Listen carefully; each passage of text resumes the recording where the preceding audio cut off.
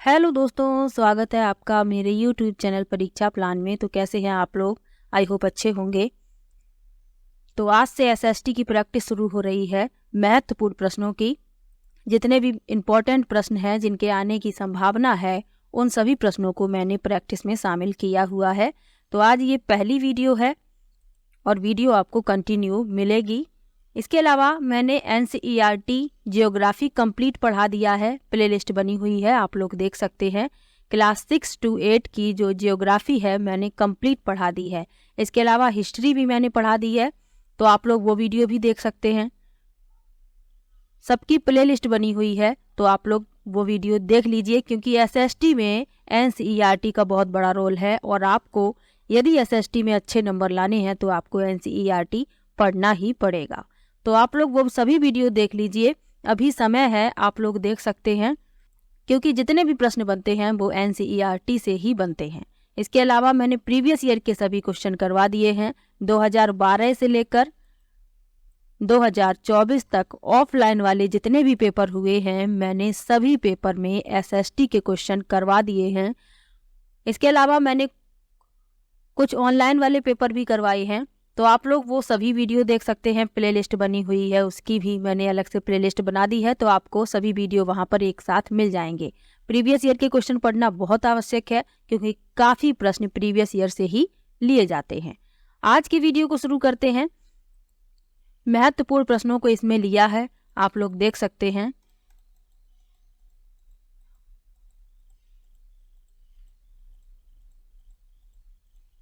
कुल 23 प्रश्न मैंने आज के वीडियो में लिए हैं और सभी प्रश्न बहुत ही अच्छे हैं, तो वीडियो में अंत तक बने रहिए। वीडियो देखने के बाद यदि आपको अच्छा लगे तो वीडियो को लाइक और शेयर कीजिएगा, और यदि आप चैनल पर नए हैं तो चैनल को सब्सक्राइब कर लीजिए। इसके अलावा वीडियो देखने के बाद आपको किसी भी प्रश्न में डाउट हो तो आप कमेंट बॉक्स में जरूर लिखिएगा।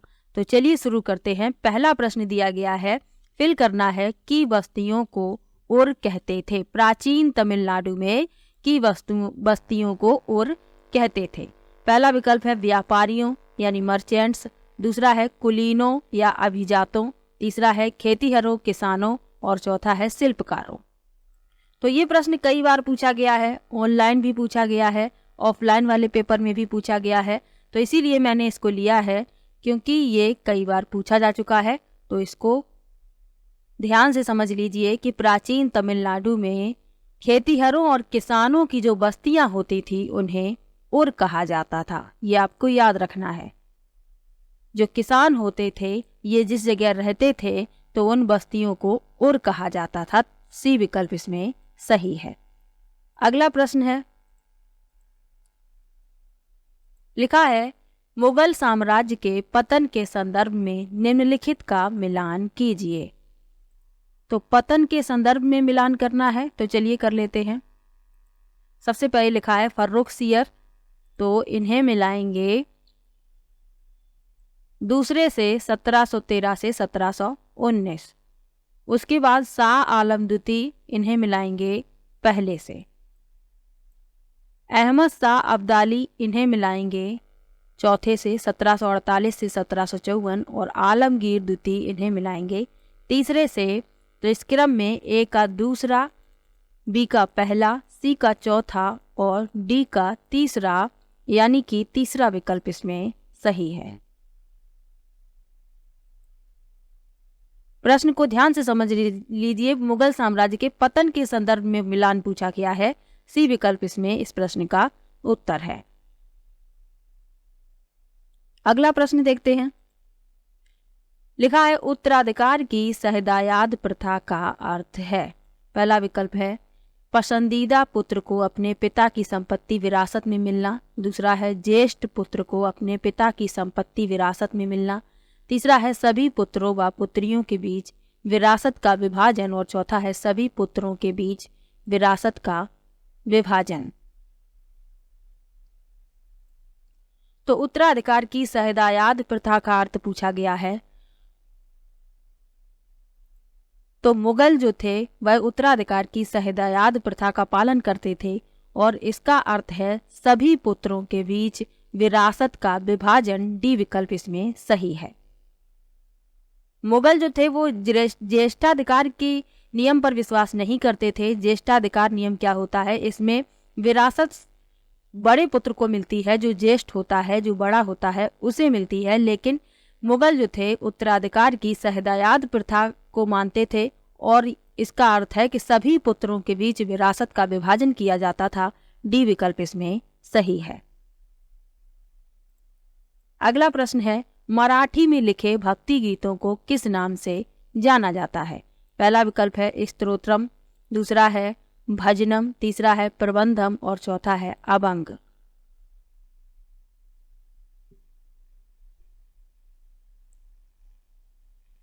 तो मराठी में लिखे भक्ति गीतों को अभंग के नाम से जाना जाता था। डी विकल्प इसमें सही है।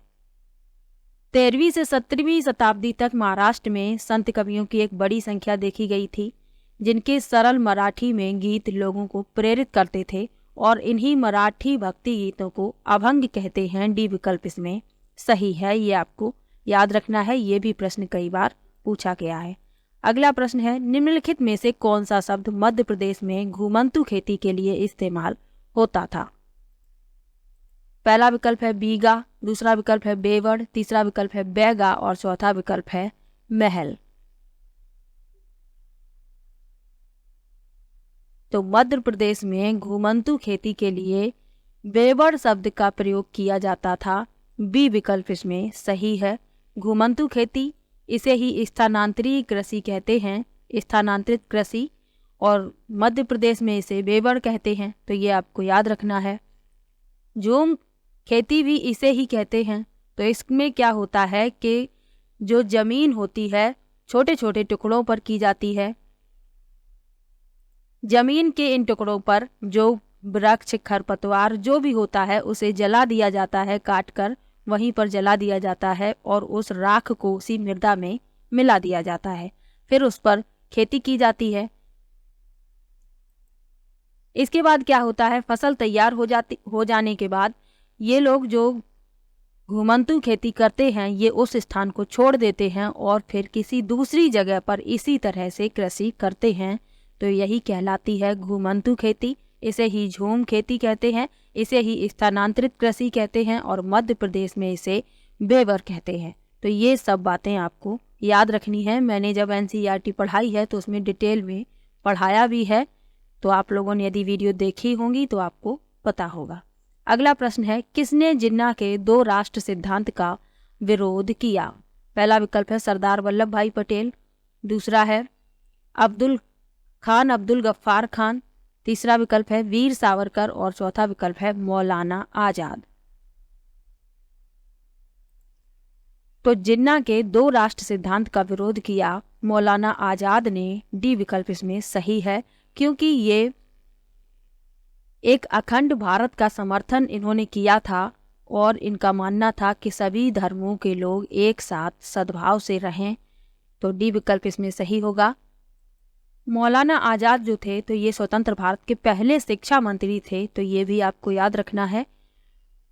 और इनकी जयंती के दिन, यानी इनकी जयंती होती है 11 नवंबर को, तो इस दिन राष्ट्रीय शिक्षा दिवस मनाया जाता है। तो ये भी आपको याद रखना है, 11 नवंबर राष्ट्रीय शिक्षा दिवस, और इस दिन मौलाना आजाद की जयंती होती है। अगला प्रश्न देखते हैं। लिखा है 1857 के विद्रोह के बारे में निम्नलिखित कथनों पर विचार कीजिए। पहला लिखा है मई 1857 में भारी विद्रोह का आरंभ हुआ। अगला कथन लिखा है यह उपनिवेशवाद के विरुद्ध सबसे बड़ा अप्रतिरोधी आंदोलन था। तीसरा कथन लिखा है इसमें सिपाहियों और जनसाधारण ने बड़ी संख्या में भाग लिया। अब इसमें से बताना है कौन सा कथन सही नहीं है। Which of the following statement are incorrect, यानी कि कौन सा कथन सही नहीं है यह बताना है। 3 कथन दिए गए हैं, तो चलिए देख लेते हैं। तो मई 1857 में भारी विद्रोह आरंभ हुआ, बिल्कुल सही है। इसमें सिपाहियों और जनसाधारण ने बड़ी संख्या में भाग लिया, ये भी सही है। लेकिन दूसरे कथन में लिखा है कि यह उपनिवेशवाद के विरुद्ध सबसे बड़ा अप्रतिरोधी आंदोलन था, तो ये गलत है। तो केवल दूसरा यानी कि बी इसमें गलत है। बी विकल्प प्रश्न का उत्तर है, केवल दूसरा इसमें गलत दिया गया है। अगला प्रश्न देखते हैं।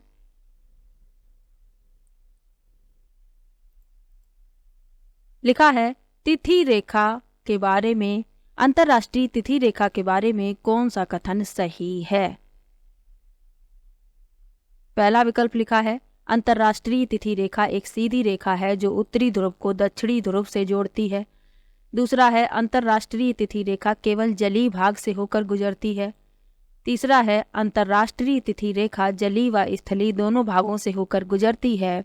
और चौथा विकल्प है अंतरराष्ट्रीय तिथि रेखा लगभग 0 अंश देशांतर का अनुसरण करती है। तो अंतरराष्ट्रीय तिथि रेखा के बारे में सही कथन पूछा गया है, तो दूसरा इसमें सही है, अंतरराष्ट्रीय तिथि रेखा केवल जलीय भाग से होकर गुजरती है। ये आपको याद रखना है, बी विकल्प इसमें सही है। तो अंतरराष्ट्रीय तिथि रेखा पृथ्वी की सतह पर एक काल्पनिक रेखा है जो प्रशांत महासागर में लगभग 180वें मध्याह्न रेखा के साथ चल रही है। इसके अलावा आपको और क्या याद रखना है, अंतरराष्ट्रीय तिथि रेखा को पश्चिम से पूर्व की ओर पार करने पर कैलेंडर में एक दिन जुड़ जाता है। और यदि आप अंतरराष्ट्रीय तिथि रेखा के पूर्व में किसी स्थान से रेखा के पश्चिम में यात्रा कर रहे हैं तो आपको अपनी घड़ी 24 घंटे पीछे ले जानी पड़ेगी। तो ये भी आपको साथ में याद रखना है। अगला प्रश्न देखते हैं। लिखा है जब हम भारतीय शहर से जापान की राजधानी टोक्यो की यात्रा करते हैं तब हम कितने घंटे अर्जित करेंगे या गंवाएंगे? आगे और क्या लिखा है, शहर तक पहुंचने के लिए लगने वाले आवश्यक समय को हम नजरअंदाज करते हैं। तो भारत के एक शहर से जापान की राजधानी टोक्यो की यात्रा करनी है। तो भारत से टोक्यो की यात्रा करते समय हमें समय अर्जित करना पड़ेगा, क्योंकि देशांतर के मामले में जापान भारत से आगे है। तो क्या करेंगे, जापान के मानक समय में से भारत के मानक समय को घटा देंगे, तो लगभग 4 घंटे का समय हम लोग गंवाएंगे। बी विकल्प इसमें सही होगा। अगला प्रश्न देखते हैं। लिखा है महासागरीय परपटी के मुख्य खनिज हैं। पहला विकल्प है मैग्नीशियम, दूसरा विकल्प है एल्यूमिना, तीसरा विकल्प है सिलिका और चौथा विकल्प है निकेल। तो महासागरीय परपटी के खनिज पूछे गए हैं, तो मैग्नीशियम और सिलिका ए और सी यानी कि तीसरा विकल्प इसमें सही होगा। महासागर की परपटी में मुख्य खनिज पाए जाते हैं मैग्नीशियम और सिलिका, ये आप याद रखिएगा। अगला प्रश्न देखते हैं। लिखा है एक व्यक्ति ने किसी क्षेत्र का दौरा किया, वहां उसे बांज, ऐस, बीच के पेड़ तथा फीजेड मोनाल पक्षी मिले। उसने निम्न में से किस वनस्पति क्षेत्र का दौरा किया होगा? पहला विकल्प है उष्णकटिबंधीय सदाबहार वन, शीतोष्ण पर्णपाती वन, तीसरा है शंकुधारी वन और चौथा है भूमध्य सागरीय वन।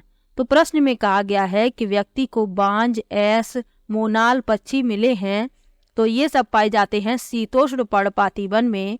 बी विकल्प इसमें सही है।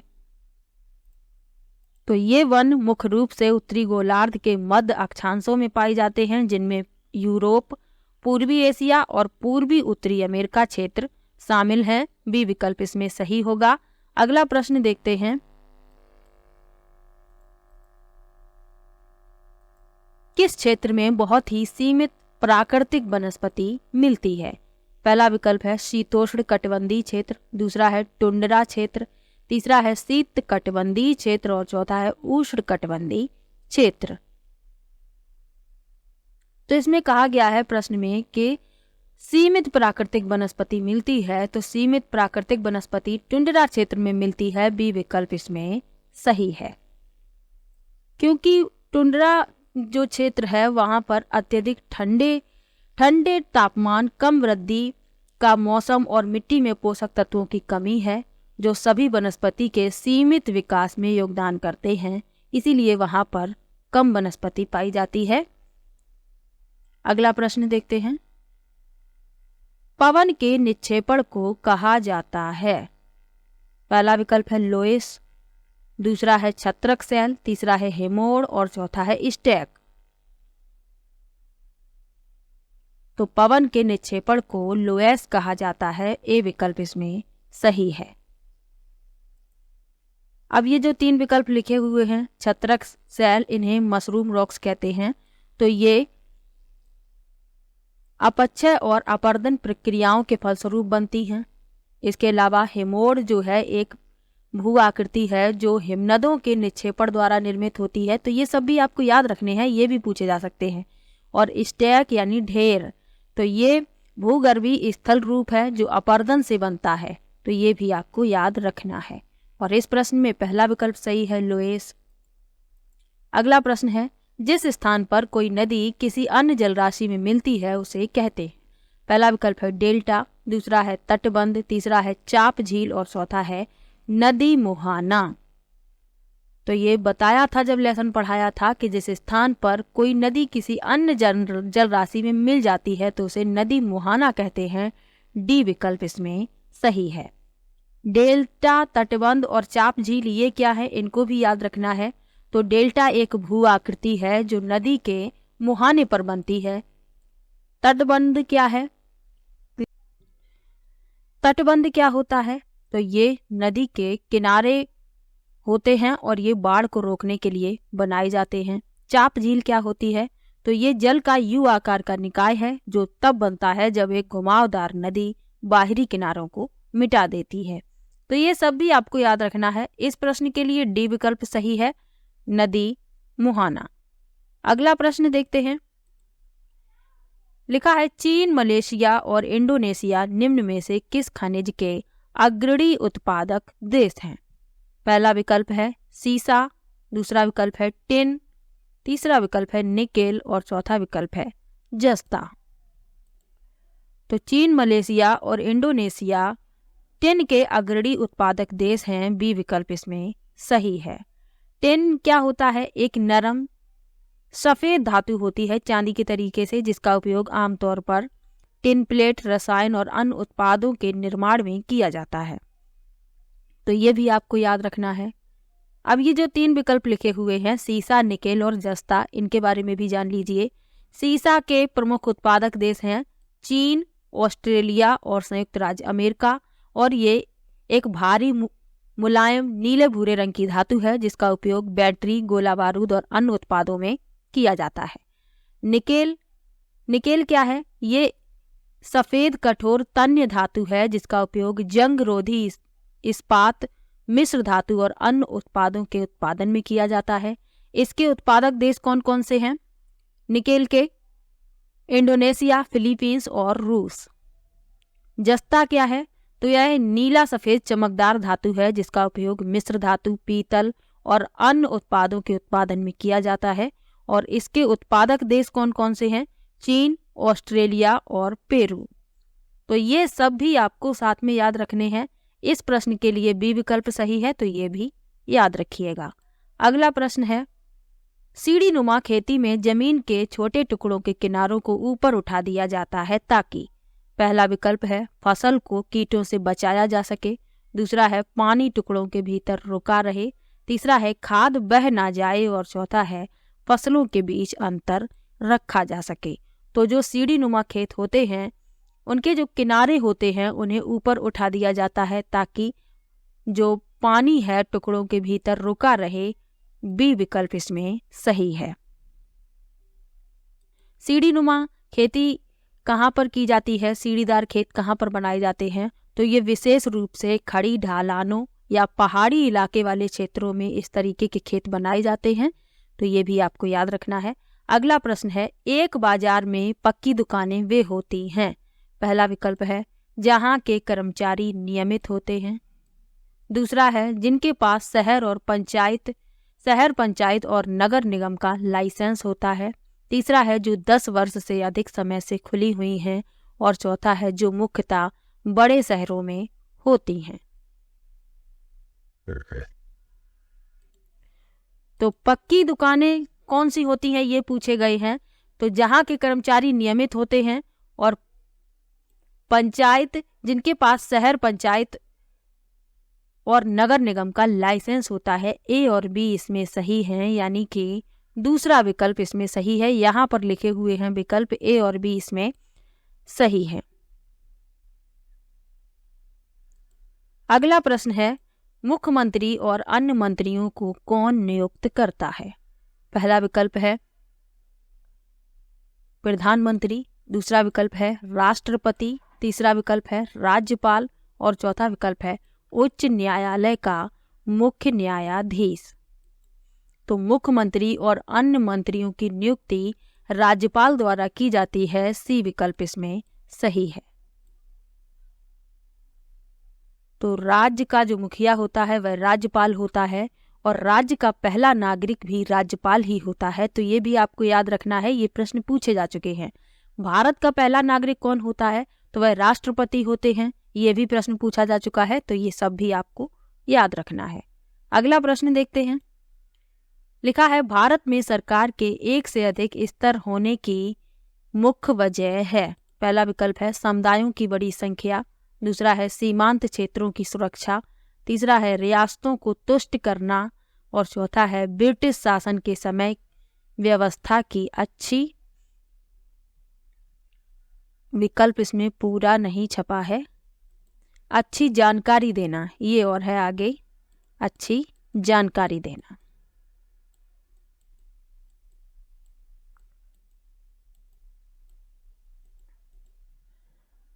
तो भारत में सरकार के एक से अधिक स्तर होने की मुख्य वजह है समुदायों की बड़ी संख्या, पहला विकल्प इसमें सही है। इसीलिए भारत में सरकार के एक से अधिक स्तर हैं, क्योंकि यहाँ पर समुदायों की बड़ी संख्या है। अगला प्रश्न देखते हैं। निम्नलिखित में से कौन से भारत की संसद बनाते हैं, यानी कि संसद का निर्माण किससे मिलकर होता है, ये पूछा गया है। पहले में लिखा है राज्यसभा, दूसरा है लोकसभा, तीसरा है राज्य विधानसभा और चौथा है राष्ट्रपति। सही विकल्प का चयन कीजिए। तो भारत की संसद का निर्माण होता है राज्यसभा, लोकसभा और राष्ट्रपति तीनों के द्वारा। ए, बी और डी इसमें सही हैं, यानी कि चौथा विकल्प इसमें सही है। संसद जो होती है वह राज्यसभा, लोकसभा और राष्ट्रपति से मिलकर बनती है। राज्यसभा जो है ये भारत का उच्च सदन है और लोकसभा निम्न सदन है, तो ये आपको याद रखना है। अगला प्रश्न देखते हैं। भारतीय संविधान के अनुसार एक धर्मनिरपेक्ष राज्य को, पहला विकल्प है प्रभुत्वशाली धर्म को अन्य धर्मों को अपने तहत लाने के लिए प्रोत्साहित करना चाहिए, दूसरा है राष्ट्र निर्माण के लिए धार्मिक गतिविधियों में शामिल होना चाहिए, तीसरा है किसी एक धर्म को समर्थन नहीं देना और चौथा है देश में धार्मिक संघर्ष विवाद में हस्तक्षेप नहीं करना। तो भारतीय संविधान के अनुसार एक धर्मनिरपेक्ष राज्य को चाहिए किसी एक धर्म को समर्थन नहीं देना चाहिए, सी विकल्प इसमें सही है, क्योंकि धर्मनिरपेक्ष का क्या मतलब है, सभी धर्मों को समान अधिकार मिलना चाहिए। इसीलिए सी विकल्प इसमें सही है कि किसी एक धर्म को समर्थन नहीं देना चाहिए।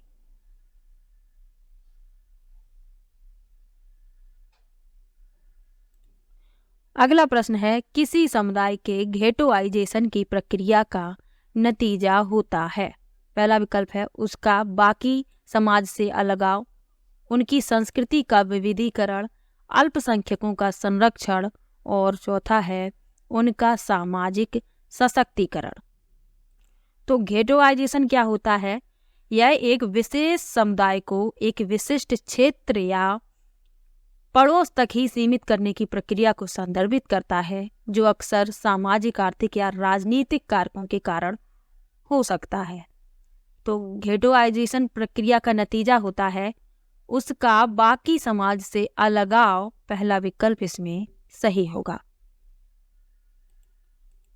आखिरी प्रश्न है आज का, लिखा है फुटपाथ और ठेलों पर सामान बेचने को जीविकोपार्जन के अधिकार के रूप में देखने की एक तरफ निम्नलिखित में से क्या एक कदम है?